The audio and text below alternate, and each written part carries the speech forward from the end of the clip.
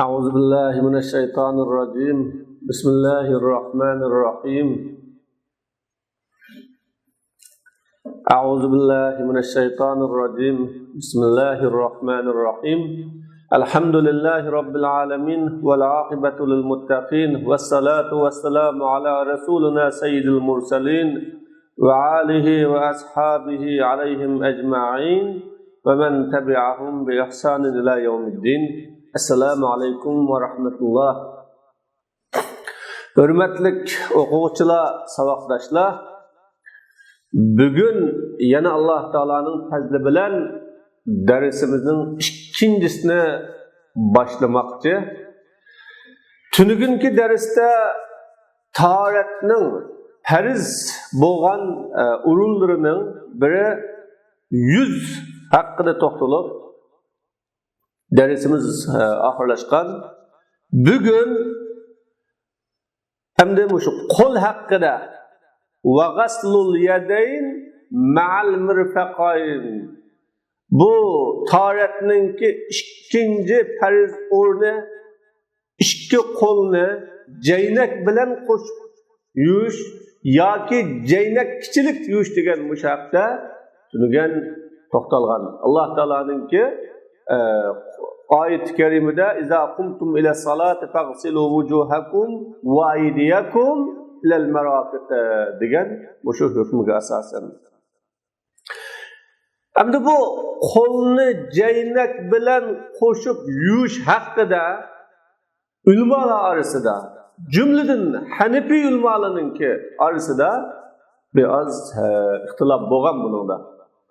Bu ixtilof bo'lishning sababi nima deganda, ashu va aydiyakum ilal marafiq degandagi iloninki ma'nosida ulamalar ikki xil qarashga ega bo'lib qolganlik uchun bu haqda ixtilof bo'lgan. Imom Zubayr rahimahulloh bunda dedi: "La yadkhulul mirfaqani val ka'bani fil ghasl." Jaynak bilan vuşup yuvishning doirasi ichiga kirmaydi. Ya'ni jaynakni, vuşukni yuvish o'z ichiga olmaydi. Bu jaynak bilan vuşukni yumasaqmi bo'ladi? Ya'ni u quruq qolsa bo'ladi deb Imom Zubayr bu qarashni o'tirib qo'ydi. Nimishqa? Chunki ila g'oyat uchun. Alloh taolaning va aydiyakum ilal marafiq degan so'zidagi ila g'oyat uchun. Endi g'oyat degan bir narsaning eng tugaydigan, oxirlashadigan yeri bo'lganlik uchun ilal marafiq deb Alloh taolo chekni yuydigan, ya'ni chekini nagicha o'sha jaynak kichilik. Tutninkini vush kichilik bayon qiladi. Anda bo'lganda bu ila g'oyat shu yergachilik bo'lganlik uchun u shu jaynak bu yerga kirmaydi degan qarashni Imom Zubayr o'tirib qo'ydi. Biz deymizki, ya'ni Imom Abu Muhammad, Imom Abu Yusuf, Imom Abu Hanifa qatorliq bu Hanifi mazhabininki peshvolari deydi, bu ila ma'nasi bilan ishlatiladi. Bu g'oyat uchunmi bo'ladi va uningki ma'nasi bilan keladi. Bu ma'nasi o'z ichiga girish ma'nosi bor. Alloh taolo va la ta'kulu amwalahum ila amwalikum. Sizlar o'lining melini, yetimlining melini o'zinglarning meli bilan billa yevatmanglar degan mush oyatda ila amwalikumni ma'a amwalikum deb tafsir qilgan. Şunu bilan birga qo'shib, ketib, aralashtirib yevatmanglar deb. Unda bo'lganda fatakunu mujmala. Bu oyat bu mujmal, ya'ni ila mujmal. Endi bu yerda g'oyat uchun bo'lgan ilamu ma'nasi uchun bo'lgan ilamu bu mujmal bo'lib qoldi. Chunki buning ikki xil ma'noda ishlatilgan va ikki xil ma'nosi ham iroda qilinib Allohning kitobida kelgan bo'lganligi uchun buni bir bayon qilish, tushuntirish kerak. Bu yerda mujmal bo'lgandan keyin shu ikki xil qarashning birini yana biridan kuchlantirish, tarjih qilish uchun bu yerda bir dalilga ehtiyojimiz. Şimdi dalil sünnet. Bu sünnet vakat varadat sünnet mufassiratan laha. Bu sünnet ayetni şerhlab, izohlab, ma'nosini ochiqlashtirib berib keldi. Fakat sahha annahu sallallahu aleyhi ve selleme adaral ma'a ala mirfaqihi. Mana sahih rivayette Peygamber aleyhissalatu vesselam suni caynaklerini qo'shib, caynakleri bilan billa aylandirdi, cho'g'latdi dedi. Mana bu sherdagi ala mirfaqihi cayniki bilan qo'shib. Yana bir hadisda Abu Hurayra radhiyallohu anhu'ning tarat ağallıqını ko'rganman deydi bir sahabe. Bu Abu Hurayra radhiyallohu anhu yüzünü yudu. Kamil yudu, mükemmel yupulab, summa gasala yadahul yumna. O'ng qo'lini yudu, hatta ashra'a fil adud. Adud degan jaynakning to'pistiki, g'o'rning ostidagi qismini deymiz. Aşağıgachilik ochib qo'ydi bu yuyishni. Yana chap qo'lni yub, uni shu jaynakning ustigachilik ochibdi. Jaynakning ustiga beshig'i masa qildi, o'ng putini yudi. Paçakçılık yani uşukның töpüsteki paçakçılık açıktı. Sol putunu yudu, paçakçılık açıktı. Andımkin hakaza ra'aytu Rasulullah yetevazda. Ben peygamberimnin bunun şundaq tarat ağalıqını ko'rgan dedi. Demek bu hadisler bu yerdeki ilanın ma'anisida ve gayetinin mugayyanın içige kiradiganligini tushuntirib berdi. Shuning uchun buningda shu uşuqni, jaynakni bil qetib yuvish buning ichiga kiradi. Yana birisi Payg'ambar alayhisalom va ra'a rajulan tawadda va lam yusilil ma'a ila ka'bay. Payg'ambar alayhisalom bir odamning tarat olgan bir tarat elib suni uşuqiga yetkazmaganligini ko'rib nima dedi? Vaylul lil a'qabi minan nar. O su tegmagan so'njaqliga o'ttin azab, o'ttin voy azab so'njaqliga o'ttin bo'lgan deb Rasululloh mana vaylul lil a'qabi minan nar dedi. Va bu payg'ambarim bu kishini ikkili uşuqni yuvishga buyurdi. Ammo bu aqba degan aslida putninki tapanning ostidagi so'njaq yumshoq go'sht tarafini silg'i iroda qiladi. Ammo moyada fuqaholar buni o'sha uşuqqa nima qilgan, ishlatib keldi. Demak, bu hadislar birisining ma'nosini bayon qilish, yuritish va birisining ma'nosini to'liqlash orqali uşuqninki yuvish tarisining ichiga kirdiganligini bayon qildi. Shuningdek, ulamalar boshqa masx qilish haqida, ya'ni masx qilishninki farzlik haqida hammasi birlikka kelsa-mu, ammo masx qilishning miqdori qanchalik qilamiz, qanchalik doirada qilamiz degan bu haqda ixtiloflashib qoldi. Va gazal aya mujmalatun fi mashir ras. Ya'ni shuningdek oyat boshqa masx qilish haqida kelgan bu oyat yana u mujmal. Buni bir tushuntirishga, sharhlashga ehtiyojdir. Alloh taolo beshinliga masx qilinglar degandan hammasiga qilamdik yoki bir qismisiga qilamdik yoki yarimiga qilamdik yoki ozgina bir ishga qilsak bo'lamdi. Mana bu mujmal. Buni bir ochiqlashtirish to'g'ri keladi. İmam Malik deganidek bu oyat hammani iroda qilish ehtimoli bor. Hammani, ya'ni beshinliga masx qilinglar. Endi bu yerdagi ixtilof vamsahu birusikum deb ixtilof nerdan kelgan desa, dan shu badin birusikum deb badin kelgan. Yani bu ba ortiq ba'mi yoki bir ba'z uchun, yani tabiiz deb bir nima bor? Qoida, mushu parchalash, bo'lash, taqsim qilish ma'nosidagi ba'zi shubamu bu haqda nahvshunos ulamolar orasida ixtilof bo'lganligi uchun vamsahu biruusikumdagi bu ba ortiq ba'mu hammani masx qilishni o'z ichiga oladigan yoki parchalab uning yerimi 3dan 1 qismisi 3dan 2 qismisini deganni o'z ichiga oladigan tabiiy uchun bo'lgan ba'mu bu mujmal. Bunda bo'lganlikdan bu haqda fuqaholar yana bir ixtiloflashib qoldi. Bu oyat masx degan, ya'ni silash, masx qilish degan bu ismni o'z ichiga oladigan narsani shu iroda qilishda ehtimol tutadi İmam Şafii rahimahulloh deganlar. İmam Şafii rahimahullohda sinidi masx qildi degili bo'ldi. Shuni o'zini iroda qilmoqchi Alloh taolo. Mayli bir tuk bo'lsin, mayli 2 tuk bo'lsin, mayli 3 bo'lsin, chiqilib silash degan bu hukm ashyoda reallikka chiqsa, madem 5'ini silidimi desa, ha silidi degani bo'lsa, buni o'zi mas'uludi. Bu Alloh taoloning shu masx qilinglar degan farzni ado qilgan bo'lamiz. Onun ba'zini iroda qilgan ehtimoli mi bor? Onunla bizim ashablarımız bağlıdır.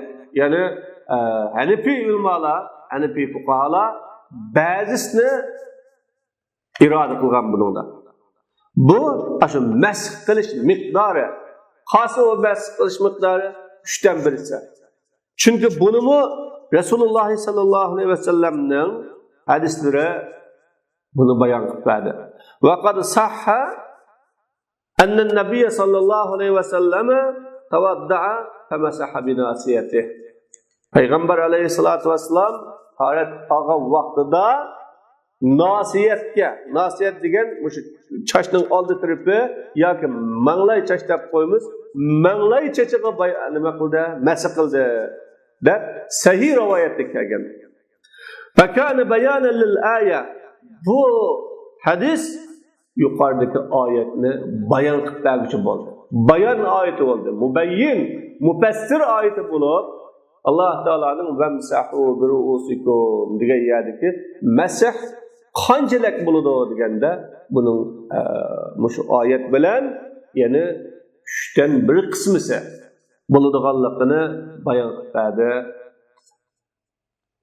Va bu ikki bu hujjat. Yani İmam Malik bilen İmam Şafii rahmetullahi aleyh'e bu ayet, bu hadis hüccet bunun zeyni var. Bula hemmiski ihtimal tutudu.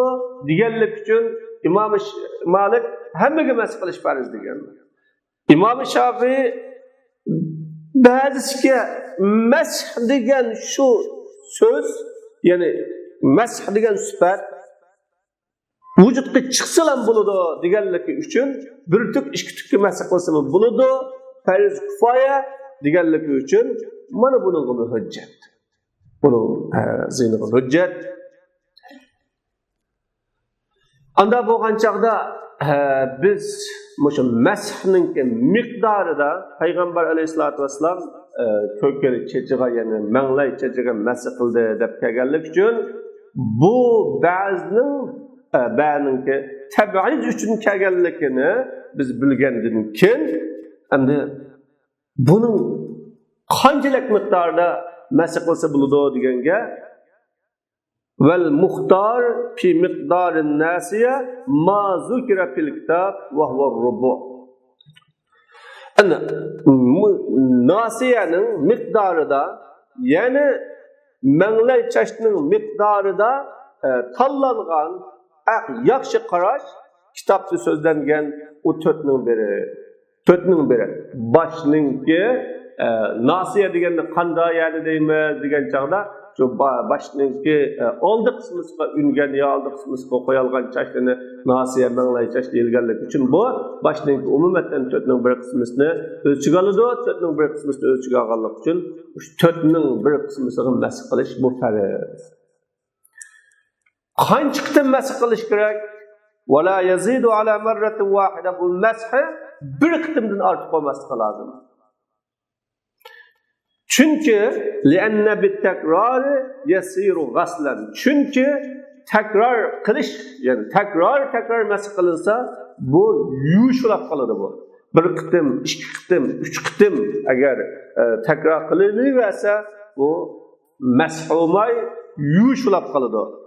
وَالْمَأْمُورُ بِهِ الْمَسْحِ Allah Teala'nın bizim buyruğunu mesih kılış verir. Silaş, yuş emez.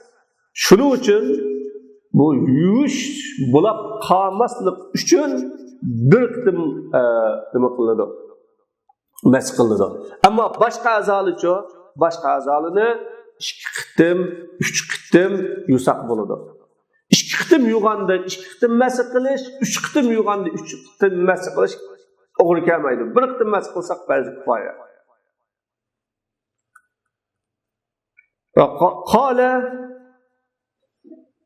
ve sunenul vudu'i gaslul yedeyn ila rusgayni salasen qabla idkhalihima fil ina'i limen istayqaza min nevmi li hadisil mustayqil. Ama yukarıda Allah'a taharetki perizni biri yüz yuş, ikincisi kol, ceynekçilik, üçüncüsü başka mesih kılış, dördüncüsü uç kıçılık yuş, yani periz dairesini biz bayan kılıp düşendirgendikken hem de perizdin kapqağalarının buludu, sünnet buludu, ya ki mustahab buludu. Muallif ve kâle, muallif mundaq dedi, taharetinin sünnetleri iki kolunu rusgayn geçilik yuş, yani begeşi geçilik yuş, üç kıtım yuş, bu iki kolunu qaçıga tıkıştın burun üç kıtım yuş, uykusunu oğanğan kişiye bu sünnet. Taharet eliştin evvelide, Allah Teala aviyada İza kuntum ila salati fagsilu vujuhakum deb yani yüz, burun, burunni, egizni, qo'lning gapini bayon qilmadi. Hadisda keldi. Hadisda kelganlik uchun Alloh taolo hadisni bayon qildi, hamda buning qappog'idan bo'ladi, sunnat bo'ladi. Bu yerda mustayqizning bir hadisi bor. İza istayqaza ahadukum min nawmihi fala yudkhil yadahu fil ina. Payg'ambar alayhisalom sizlarning biringiz uyqusidan uyg'onib qolsa, qo'lini qachiga nima qilmasin, tiqmasin. Chunki bu qo'l nada, nima ish qildi, nimalarni tutdi, buni qo'li bo'lmaydi deb Rasululloh hadisida buni to'sqan. Shuning uchun ikki qo'lni yuvish oldi bilan taharat olmoqchi bo'lgan va taharat olish iroda qilgan odamning ikki qo'lni yuvishi bu sunnat. Endi bu ikki qo'lni yuvishninki sifati haqida qanday yuvamiz? Endi bugünkidek turbulidan suv chiqadigan ish bo'lib qolsa, boshqacha yuvamiz. Yoki kichik qachi bo'lib qolsa, uning qachiga suvni elib, uni yuvamiz.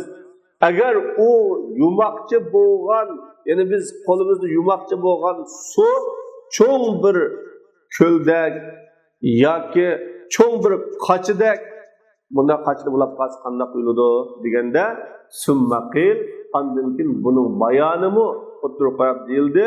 In kanal ina'u saghiran yarfa'uhu bi yadihi al-yusra. Agar qacha kichik bo'lib qolsa, u qachini sol qo'li bilan ko'tarib fayasubbu alal yumna, suni o'ng qo'liga nima qiladi, to'kidi dedi. Summa bil yumna fayasubbu alal yusra,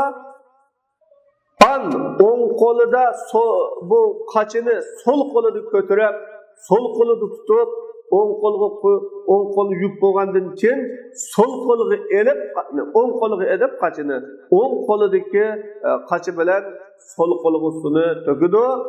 Litaqa al-badaya. Bunday qilishdagi maqsad nima desa, shu o'ng tarafdan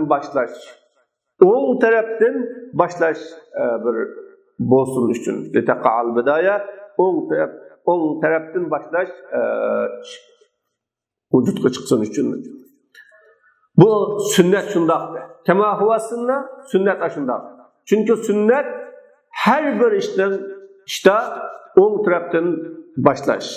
Peygamber aleyhissalatu vesselam Ayşe radhiyallohu anhadan rivoyat qilgan bir hadisda kanan nabiyyu sallallohu alayhi ve sellem yuhibbu tayammun mastata'a fi sha'nihi kullihi fi tuhurihi ve tarajjulihi ve tana'ulihi deb kelgan. Peygamber aleyhissalatu vesselam bütün işlerinde qadir bulalığan imkaniyeti başlıda mayli tarihte bo'lsin, mayli başlarını taraş, yani çaşlarını taraşta bo'lsin, mayli ayaklarını kiyişte bo'lsin, o'ng tarafdan boshlashni yaxshi ko'rdi. Deb bir hadis var. Şu hadisga asosan taratning sunnatlarini vujudga chiqarish uchun o'ng tarafdan boshlash. Ve in kana al-ina'u kabiran, hamda qachi kichik bo'lgan taqdirda chap qo'lni ko'tarib turib, o'ng qo'liga so'l qo'shib, o'ng qo'lni ko'tarib turib, so'l qo'liga qo'shib bu yub qila. Agar qachi cho'ng bo'lib qolsa, chap qo'lining barmoqlarini hammani yig'ib turib, olqonni emas, chap qo'lining barmoqlarini yig'ib turib, nima qiladi? Qachiga kirgizadi. Ve ya'khuzul ma' suni oladi. Fayaghsilu yadayhi liwuqu'il kifaya fi zalik. An qo'lini yuydi, shu bilan bir kifoyalangila. Shu orqali kifoyalangila. Ve la yakfi bidun zalik fil ada. Buningsiz odatda bu kifoyalangila bo'lmaydi. Hamda shu so'l qo'lini, ya'ni so'l qo'lining barmoqlarini hammani yig'ib turib, olqonni tiqmaymi, nimiskichilik, ya'ni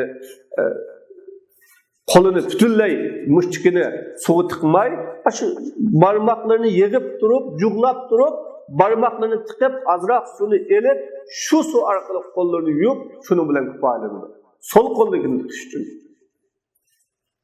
Mana bu shaklda hem o'ng tarafdan boshlash, hem qo'lni yuvish buni bo'ladi, bitadi.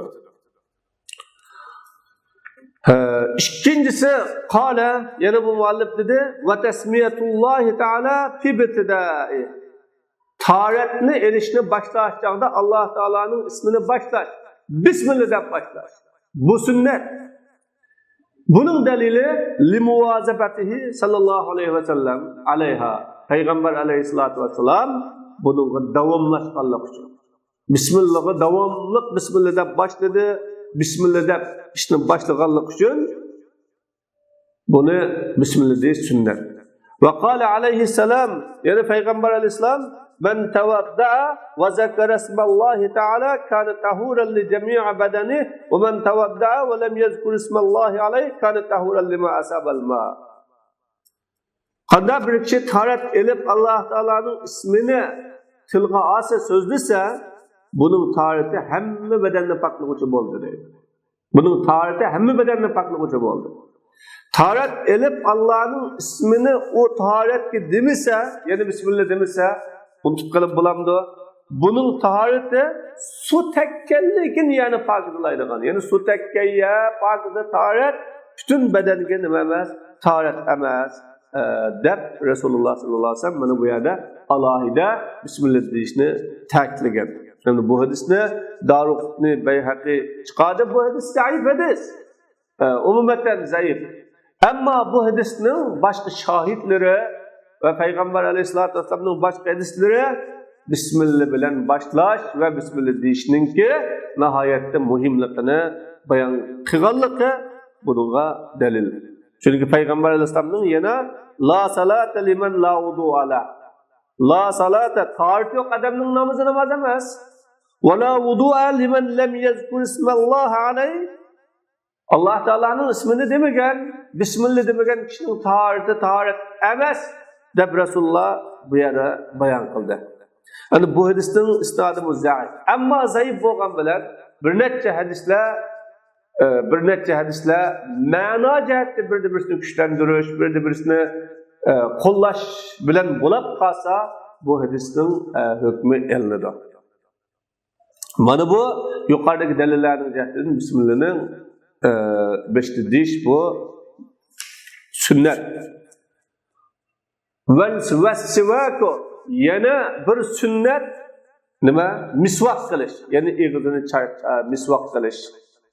Li'annahu sallallohu alayhi va sallam wazaba alayh.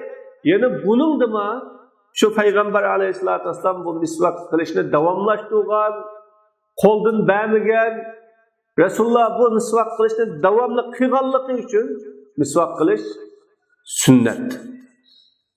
Yine bir hadiste ma ca'ani Cibrailu aleyhisselam qattu illa emarani bis-seva. Cibril aleyhisselam kəsilə qışımğa misvak qilishga buyurdi deb Rasululloh shunday degan. Laqad khashitu an uhfiya muqaddama fi. Men misvakni qiliverib shu eg'zimning uchi tarafini, ya'ni kamchuk taraflarimni, lav taraflarimni upaytib o'tamanmiki deb ansirab ketgan deb Rasululloh bu misvakka alohida ahamiyat berganligi, bek ko'ngil bilganligini bayon qiladi. Bu hadisning isnodi bu zaif. Endi isnadı zayıf yani. Hadis zayıf bo'lsa yani bayan degandek birini güçlendirdi. Yeni bir hadiste "Laula an ashqa ala ummati la amartuhum bis-sawat 'inda kulli salat wa ta'khir al-'asha" degan Peygamber Aleyhisselam. Agar men mushu ummatimga mushaqqat bulab qalamı, qiyinchilik bulab qalamı demagan bo'lsam, men ularni har bir namoz o'qiyotganda misvaq qilishga buyurdi degan. Bu yerden her kıtım taharet ağırlık kopkan çağıda ya taharet elavatkan çağıda misvak kılışkı buyurttum demekçe.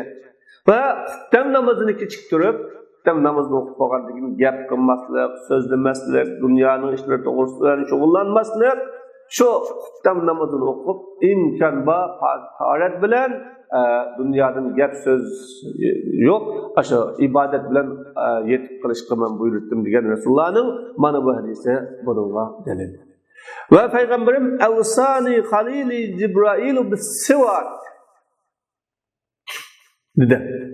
Yani benim halilim Cibrail misvak kılışkı vasiyet kıldı. Deb Resulullah bu hadiste keltirdi. Bunun bilen delil bu bu sünnet. Qalu vel asahhu ennehu mustahab. Ulmalar ve Hanefi ulmalar to'g'risi sahiyroqi bu misvaq qilish nima? Mustahab. Endi bu yerda sahiyroqi misvaq qilish mustahab deb qo'yapti. Asli sahiyroqi mustahab. Misvaq qilish sunnat. Payg'ambar Aleyhisselamning mursil peygamberlerinin sünnetlerinden 4 iş var deb bunun birisi misvaq qilishni ham mushuni ketib qolgan. Ba'zan ulamalar buni mustahab deb qolgan bo'lsa-mu, ammo sahihsi bu sunnat. Yani bu taharetning sunnetlerinden muallif deydi vel mezmeze vel istinşaq salasan. Endi bu mezmeze hakkında mı? Yani ağzını çayqaş, burnunu çayqaş 3 qitimdan. Bunun hakkında mı bazen ihtilaflar var, bazı ulamalar bunu farz deganlar var, bazı ulamalar vacib deganlar var. En tuanda bu bir taharetning sunnetlari.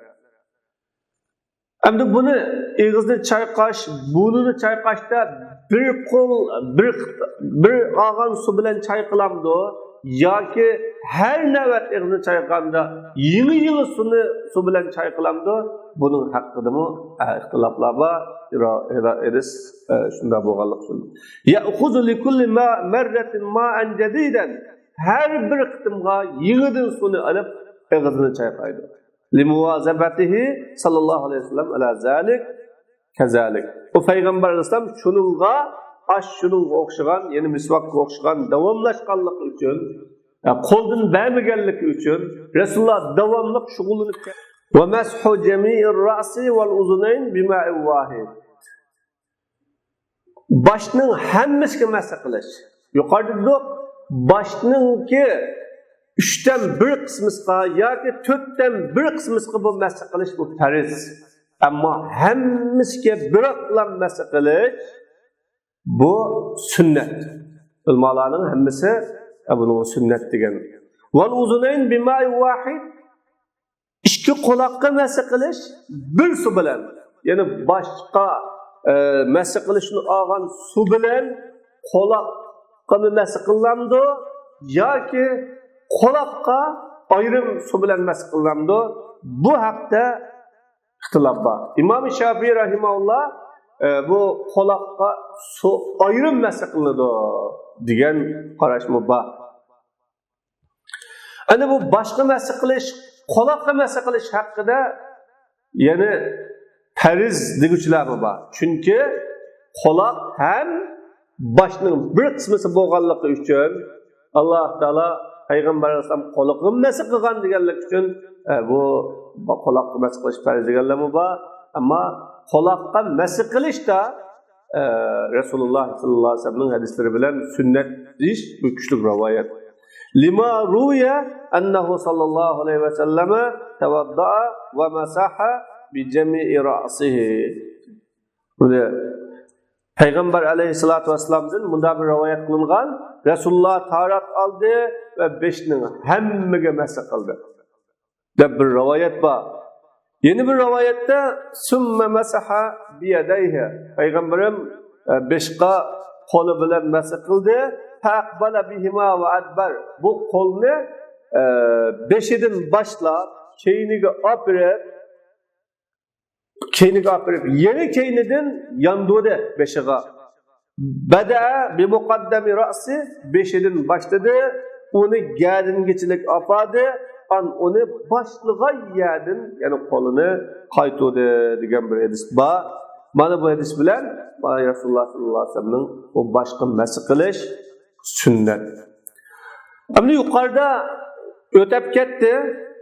Masaha binasiyatihi. Peygamber aleyhissalatu vesselam demişke kökülü çeçiği masa qilgan deb u yerdimi masa qilganligini bayon qildi. Fayakunu fardan. Yani bu yukarıdaki Resulullah beşiği masa qildi, kökülü çeçiği masa qildi deyish bilan bu masaninki farzligi buludur. Farzligi isbotlanadi. Farzlik isbotlangandan keyin hammaga masa qilish u chaqda qanday bo'ladi desa, u sunnatga qoladi. Yuqoridagi ixtilofli bilan hamda hadis va qad taqaddama annahu masaha bi nasiyatihi degan hadis bilan va Rasulullohning boshqa hadislari bilan bu oyatdagi vamsahu bi ruusikum degan oyatninki mujmal oyatni tafsir qilish orqali 3-4dan 1 qismiga masa qilishninki farz ekanligini yuqoridagi hadislar bilan biz bayon qildik. Endi yuqoridagi hadis bilan bu masa qilishning 4dan 1 qismining farz ekanligini bo'lgandan keyin hammaga masa qilishning bo'ladi, sunnat bo'ladi. Va yakunu mashul jami'i sunna, hammaga masa qilish bu sunnat. Payg'ambar alayhisolatu vasallam al-uzunani min ar-ra's degan. Ikki quloq bu boshqa tava vel muradu bayanul hukmi dunal xilqa. Ama bu yerdeki vel uzunanu min ar-ra's degan bu maqsad nima? Maqsad hukmni bayon qilish. Ya'ni masx qilishda boshqa tava bu quloq. Quloqni masx qiladi. Xilqatsiz bu quloq boshqa tavamu emasmi ya ayrım bir a'zamı emas bu degan talash tartish uchun emas bu. Bunda bulab qolib qolsa, yana boshqa hukm chiqishi mumkin.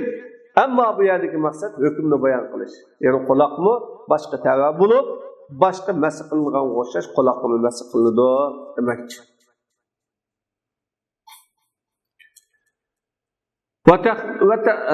Va tahlilul lihya. Va payg'ambar bu muallif yana va tahlilul lihya soqolni oralash. Soqol qattiq o'saglik hem qo'yoq zich bo'lsa, bu bomba soqol bo'lgan bo'lsa, bu soqolni oralatish sunnat. Lima ruya, yana bu haqda Rasululloh sallallohu alayhi vasallamdan lima ruya rivoyat qilindi. Asli payg'ambar alayhisolamning bu haqda sahih hadislar bor. Lima ravod ismi bo'libdi. Annahu sallallohu alayhi vasallam kana iza tawadda'a shabbaka asabi'ahu fi lihyatihi ka'annaha asnanul misht. Yani payg'ambar alayhisolatu vasallam tahorat olgan chog'larida barmoqlari bilan barmoqlarini soqollariga giralashtirdi. Xuddi o barmoqlar tog'oqning tishlaridek, tog'oqning tishlarini chochqa giralashtirgandek Rasulullohning barmoqlarini soqlig'i giralashtirdi deb bu haqda kelgan. Mana bu hadisga asosan yana payg'ambar alayhisolatu vasallamning Jabir ibn Abdullah'dan payg'ambar alayhisolatu vasallam bir qitim, bir necha qitim, 3 qitim, 4 qitim tarat og'inni ko'rdim. Faraytu yukhallilu lihyatahu bi asabihi ka'annaha anyabush. Xuddi payg'ambar alayhisolam barmoqlarini tog'oqning tishlariga o'xshash qilib soqollarini qanday qilgan, orlig'anlikni ko'rgan. Men degan boshqa islomni bununla delil bulalaydı. Qila huwa sunna inda Abi Yusuf. Bazılar bunu sünnet demi mustahab deyilib qolgan o'xshaydi bu deb fuqahalarning qarashida bu sünnet emas mustahab o'xshaydi bu degan qarash bilan o'ylab bunu İmam Ebu Yusuf Rahimahullah'ın nazarında sünnet değildi. Aslında bu fuqahaların nazarında sünnetti. Caiz indahuma. Hem de bu İmam Muhammed ile İmam Ebu Hanife Rahmetullahi Aleyhi'nin karşıda nima? Caiz. Bu sakalını arlaş bu caiz. Sünnet emas deydi. Nimişqa li'anna sünne ikmalul farz fi mahalli. Çünkü sünnet degan farizni şu farizning o'rnida to'liqlasa bu fariz. Masalan, soqolning ostini yuvish o fariz emas, o farizning mahalli emas. Farizning mahalli bo'lmaganlik uchun u yani arlash bu sünnet emas deydi. Ve batinul lihya lem yabqa mahalla lil fard. Sakalning tigi farizning mahalli emas. Çünkü sakal o yogak tug'anlik uchun sakalning ostidagi oqliqni yuvish farizmi fariz emasmi? Yani tunugun yuzning qatoriga kiramdi kirmamdi degan yerda bu yuzning qatoriga kirmaydi deb bu sakal to'salg'i bo'lganlik uchun sakal o'sib ketganda bu yani yuvulmasi bo'ladi, ammo uning keynidagi oqliqni yuvmasi bo'lmaydi degan haqda ixtilof bo'lgan. Shunga bu ikmalul farz bo'lmaganlik uchun bu farzni o'z mahallida to'liqlash bo'lmaganlik uchun bu sunnat emas deguchilar bor, ammo sahihsi, mashhuri bu sunnat. Yani İmam muallif bu yerda va tahlilul asabi' sunnatlarning qatoridan sanab va tahlilul asabi' barmoqlarni aralash. Yani barmoqlarni aralab o'tish bu sunnat dedi. Li'annahu ikmalul farz fi mahalli. Çünkü bu barmoqni aralash farzni to'liqlaganlik o'z o'rnida. O qo'lni yuvish nima? Farz. Qo'lni yuvish farz. Qo'lni yuvish farzning doirasida Alloh taolo Fagsilu wujuhakum ve aydiyakum ilal marafiq deb qo'linglarni jaynaklik yuvinglar degandan bu qo'lni yuvish farz. Tahoratda. Peshida sunnat. Endi bu barmoqni aralash bu farzning mukammal bo'lishi, to'liq bo'lishi uchun manfaatli bo'lganligi uchun shu buni barmoqni aralashni buni farzga yordamchi bo'lganlik sababidan sunnat qatorida sanalgan. Va yana payg'ambar alayhisolamning xallilu asafiakum qabla an tatakhallalaha an-nar sizlar barmoqlaringizni aralanglar, uni o't jahannamning o'ti aralashdan burun dedi. Chala qolsa, yuvsiz qolsa, suv tegisiz qolsa, shu yerdan o't tutishidi. Shu o't tutishib aralashdan burun barmoqlaringizni aralanglar degan mana bu hadis va qiyosan farzning mahalli bo'lib, farzni to'liqlaydigan bo'lganlik uchun bu barmoqlarni aralash bu ham farz. Endi bu yerda putning barmoqi, qo'lning barmoqi deb ayrilmadi, ammo ham put ham qo'l asosan e'tibor qilinadi. Va taslisul ghasli 3 qitim yuvish. Bir qitimi farz. Allah Teala bir qitim yuvinglar dedi. Bu bir qitim yuvish farz. Ikkinchi qitimi sunnat, uchinchi qitimi uning tövünde fazilatda. Yo'q ixtilof bor, uchinchi qitimi sunnat, o'ttirishdagi uning tövündeki. Deganlimi bor? Dilinde ikkinchisi sunnat, uchinchisi sunnatni to'liqlaganlik, mukammal qilganlik deb. Buning aslisi mashhur bir hadis. Annahu alayhissalam tawadda'a salasan Payg'ambar alayhissalatu vassalam 3 qitim tahorat oldi deb bir hadis bor. Haza wudu'u man tawadda'a a'tahu Allahu kiflayn min al-ajr degan hadis bor. Yeni bir yerde haza wudu'i ve wudu'ul mursalin min qabli. Mana bu mening tahoratim ve mening oldimdagi payg'ambarlarning tahorati degan hadis bor. Ana bu hadislarning isnodi za'ifkan, ma'lum rivoyatlar hadisning zaifligi haqida, sahihligi haqida mana shu usulul hadisda to'xtalamiz. Benim payg'ambarim Amma Osman ibn Affan radhiyallohu anhudan rivoyat qilingan bir hadis bor. Sahih hadis. Buni Imom Muslim rivoyat qilgan. Anna Osman ibn Affan radhiyallohu anhu tawadda'a bil maqaid, faghasala wajhahu salasan wa yadayhi salasan wa masaha bi ra'sihi marratan wahida wa ghasala rijlayhi salasan wa qala hakaza tawadda'a Rasulullah sallallohu alayhi wasallam.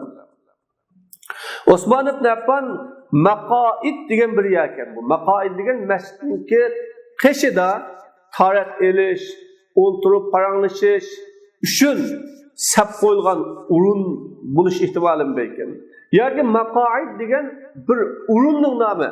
Maqaid degan o'rinda yoki masjidning oldidagi o'rindiq, pashtoq degan ma'noga keladi ekan. Shu o'rindiqda o'ltirib tahorat oldi. Yuzni 3 qitim yuvdi, qo'lni 3 qitim yuvdi.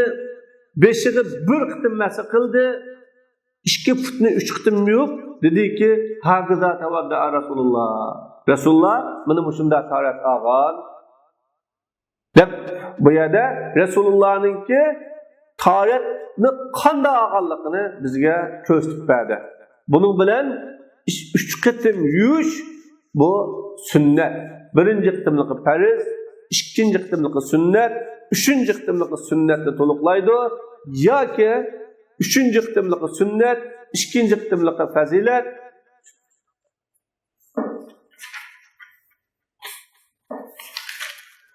Ve yustahabbu fil wudu'i an-niyya. Ulamalar yuqorida sunnatni bayon qildi. Farzni Allah subhanahu va taolo bayon qilib berdi. Buni bayon qilib bo'lgandan keyin endi qilib qolgani nima? Mustahablar. Tahoratda niyat mustahab bo'ladi deydi. Nima uchun tahoratda niyat mustahab? Endi har qanday bir amalninki to'g'ri amal bo'lish uchun, qabul bo'ladigan amal bo'lish uchun niyat asos. Ammo buning hukmi bilek mesele. Farz mı, sünnet mi, vacip mi bilek mesele. Niyetninki muhimligi bilek mesele. Niyetnin asasligi bilek mesele. Ama bununki hükmünün meselesi bilek mesele. Şunun için bu yerde niyet mustahab buludu. Yani yaxşı buludu. Asli bu niyet sünnet. Taharetinin sünnetleri. Niyet. Ama İmam-ı Şafii rahmetullahi aleyh niyetini taharetinin şart kılıdı. Niyet bulmasa taharet kat'i bulmaydı. Taharet bulmaydı deydi. İmam Ebu Hanife niyet bulmasa mı taharet buludu. Çünkü Allah Teala niyetinin gebini kımmedi. Beşiğini, yüzünü yuyunla, kulağını yuyunla dedi. Taharette niyetin sözünü kımmedi. Niyet bu. Şu ibadetin savap buluşu ve şu ibadetinki bir doğru bo'lgan ibadet buluşun niyet mustahab yoki sünnet. Ve tertip bu mustahab liyaqa. Nima uchun mustahab desa liyaqa qurba. Bu taharetninki ibadet bulak düşüş için. İbadet buluşu için. Ve liyahruca min uhdetil fard bil icma. Bil icma periznin mesuliyetinden çıkış için var. Periz mesuliyetinden. Perizni ada kılganlık bir mesuliyetinden çıkış için bu mustahab. Ve keza tustahabbul muvalat. Mana shuningdek aqa qilish, yani faydan pay qilish bu mustahab. Bu muvalat degan nima? Taharetninki qiliqlari, ya'ni qo'l yuvish, yuz yuvish, put yuvish degan o'xshagan qiliqlarni boshqa qiliqlar bilan to'salg'i bo'lmaslik orliqini. Yüzünü yuyup bulab, ya telefonunu gaplashyotgan, ya birden aram elayotgan, yoki boshqa bir ishni qilib o'tib kelib, uningdan qo'lni yuvgan, manda holatda bo'lmay, orqa qilish bu mustahab. Bu farz emas, laysa zalika bir farz. Yani bazen ulamalar, yani Şafii mezhep ulamaları bunu farz, yani tertip bilen niyetni, nimini, muvalatni, yani aqıba qilishni buni farz deganlarmi bor. Allah Teala nima uchun farz emas buning qadisi Allah Teala iza qumtum ila salati faghsilu wujuhakum. Namozga turgan chig'ingda faghsilu wujuhakum, yuzingni yuving dedi. İkisi şart etmedi. Hanifilerin karşısında bu ikisi şart etmedi. Yani tertip bilen muvalatni şart etmedi. Allah Teala bu yerde yüzünü yumla, andın kulağını yumla, mandadı böyle.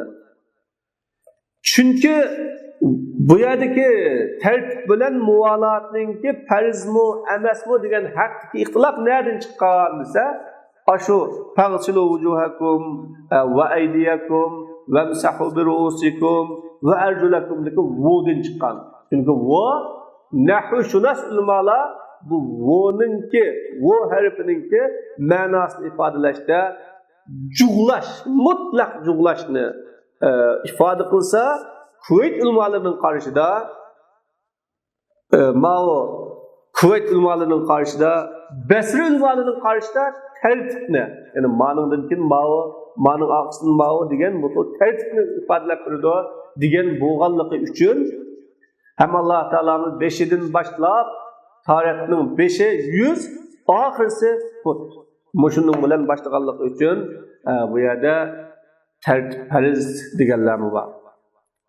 Çünkü bu veliyennehu zukira, çünkü Allah'ın sözü bu harf bilen sözlendi ve inneha lil cem'a, bu harfi nehvi şunas, til şunas imamlarının icması bilen Sirafi degen nehvi şunas kişininki nakli kılışı bilen cem'a üçün, cuglaş üçün. Tertip yok bununda. Tertip yok. Ama bunun tertipni farzda qetish yuqoridagi delillardan. Endi bu yerda bi ijma' a'immat nahv deb ijma' qildi, bu bir xil kuchlantirish, tarjih qilish uchun bo'lmasa bunun ijma' yo'q. Va ziyada ala nas nasxun. Hani bu yerde tertipni, muvalatni farz deyish nesga qo'shib qo'yganlar. Nesli yo'q bir hukmni, nesli deyilmagan bir hukmni qo'shib qo'yganlar. Bu nima qo'shib qo'yish, nesga qo'shib qo'yish, nesning ba'zan hukmni mansub qilganlik, ya'ni amaldan qoldirganlik bo'ladi. Va la yajuzu nasxul kitab bil xabar. Qur'onni xabar bilan, hadis bilan mansub qilish bu to'g'ri emas. Chunki li'annahu rajih, bu Qur'onni hadis bilan nasb qilishninki to'g'ri emasligi kuchli. Dilinde ba'zan ulamalar innahuma sunnata, bu ikkisi sunnat.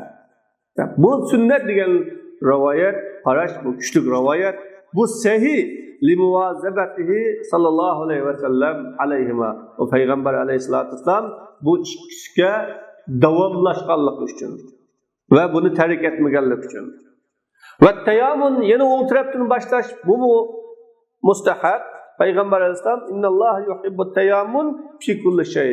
Alloh taolo hamma ishda o'ng tarafdan qilishni yaxshi ko'radi. Hatto oyoq kiygan, choch targ'an chog'idimi? Bu gadanga mas qilish ba'zanlar, yana ba'zan buningda bir ixtilof ko'p. Men Hanafi mazhab ilmolari sunnat, mustahab, bid'at deganlar bor. Bu dalilga qarab turib. Sünnet değildi, mustahab mı değildi? Taharette başkalığı tayin ediş. Yani başkalı bilen yardım talep kılış bu mekruh, bırak aciz gelgen çağda. Kopanmagan, ya ki sunu ekelenmeyen, bunda çağda yardım talep kılsa buludu. Bu musu yardım talep kılış mekruh? Bu mekruh, tenzih mekruh. Yani avlası mekruh bu bastık avla. Çünkü Peygamber Aleyhisselatü Vesselam'a aşında kıldı, tayandı, üylendi. Başkalığa sunu ekip rişke, asılırını ekip verdi, tarih sözünü ekip verdi. Liyekûne a'zame li sevabı. Bunda tayanmastıkı sevabı katta, ibadet, halis buluş için. Bir adamın hasisimi yok, bir adam bunun şirk olmayan haleti de özüge tayinip durup kıgan, boğallık için savabı katta, ibadet Allah'a halis buluş için bu tayiniş yaxşı emas deb muallif özünün karşını bu yerde oturup koydu. Demek taharet hakkındaki hükümlerimiz bu tügüdü. Hem de dersimizni ve yankudul vudu, yani taharetini sundurduğun, şu taharetini bozulduğun amillardan biz başlayımız inşallah. Ve aklı da'vana elhamdülillahi rabbil alemin. Rahmetike rahman rahim.